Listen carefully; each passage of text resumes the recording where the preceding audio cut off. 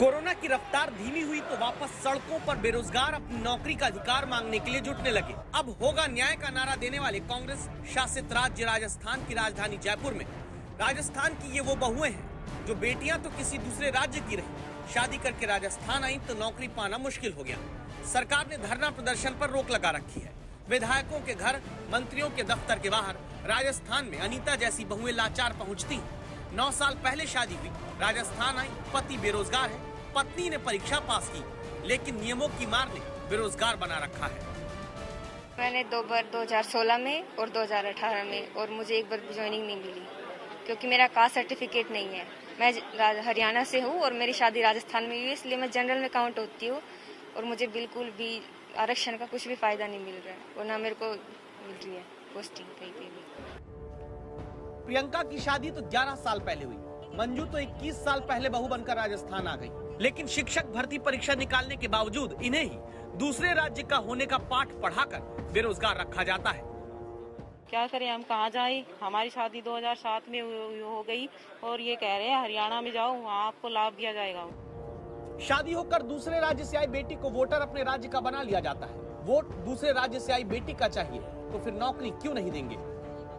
राजस्थान से सटे दूसरे राज्यों में आपस में शादियां होती रहती हैं, लेकिन ऐसे 70 महिलाएं सामने आ चुकी हैं जो 2 बार रीट की परीक्षा निकाल चुकी हैं 2016 और 2018 में, मगर इन्हें ज्वाइनिंग नहीं मिल रही है क्योंकि हरियाणा और दूसरे प्रदेश से आई हैं और यहाँ पर कहा जा रहा है कि उनका कास्ट सर्टिफिकेट नहीं बनाया जा सकता है, जिसकी वजह से ज्वाइनिंग आने के बावजूद ये ज्वाइन नहीं कर पा रहे हैं।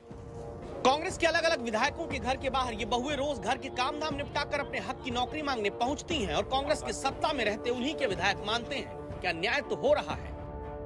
वो सिर्फ इसलिए उनको पोस्टिंग नहीं मिल पा रही है, उनका सिलेक्शन हो गया है, राजकीय सेवाओं में चयनित हो गई हैं, लेकिन सिर्फ इसलिए पोस्टिंग नहीं मिल पा रही है उनको कि उनका कास्ट सर्टिफिकेट यहाँ का नहीं बन पाया है। उनका हरियाणा का सर्टिफिकेट है, किसी का दिल्ली का सर्टिफिकेट है, किसी का मध्य प्रदेश का सर्टिफिकेट है। रोजगार के लिए नौजवानों को प्रदर्शन की नौबत ही क्यों आती है? इसकी बड़ी वजह होती है नेताओं की वादा खिलाफी। कैसे, ये जानने के लिए मिली अनु गुर्जर से। अनु जैसे युवाओं ने स्कूल व्याख्याता की परीक्षा पास की, फिर आर्थिक आधार पर आरक्षण आ गया तो 500 से ज्यादा सीट घट गई। अब जो टॉप किए थे उनके पास नौकरी नहीं, वो नौकरी के लिए घूम रहे हैं।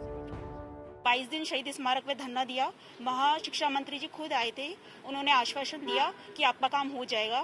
फिर इसके बाद सुजानगढ़ में उन्होंने कातर जनसभा में घोषणा की कि आपका ये काम पद वृद्धि वाला कर दिया जाएगा। उपचुनाव के बाद फिर वापस आश्वासन ही मिलते जा रहे हैं। बेरोजगारों से वादा खिलाफी का आरोप शिक्षा मंत्री गोविंद सिंह पर है, जो उपचुनाव के दौरान बेरोजगारों को चुनाव जीतने पर 100% समाधान का भरोसा दे रहे थे। सारी समस्या को समाधान बिल्कुल 100% करांगा। सच्ची मारे बल में है वो काम कर देंगा। 17 तारीख का वो काम कर दो और मनोज ने विधानसभा में भेज दो। बेरोजगार जब एकजुट होकर सड़कों पर उतरते हैं तो इन्हें समाधान की घुट्टी देकर सत्ताधारी भूल जाते हैं। नतीजा, बेरोजगारी का दर्द भी शहर अनलॉक होने के साथ खुलकर दिखने लगा है। राजस्थान में बेरोजगार लंबे समय तक आंदोलन करते रहे, सड़कों पर रहे। उसके बाद सरकार खुद सड़क पर आई और समझौता किया, समिति बनी, तय हुआ कि जल्दी ही इनकी मांगों को पूरा कर लिया जाएगा। लेकिन उपचुनाव खत्म हो गया, उसके बाद कोरोना आ गया। कोरोना खत्म होने के बाद या धीमा पड़ने के बाद एक बार फिर से बेरोजगार सड़कों पर हैं और ये अपने हक की लड़ाई लड़ रहे हैं। कैमरामैन शर्मा के साथ शरद कुमार, जयपुर।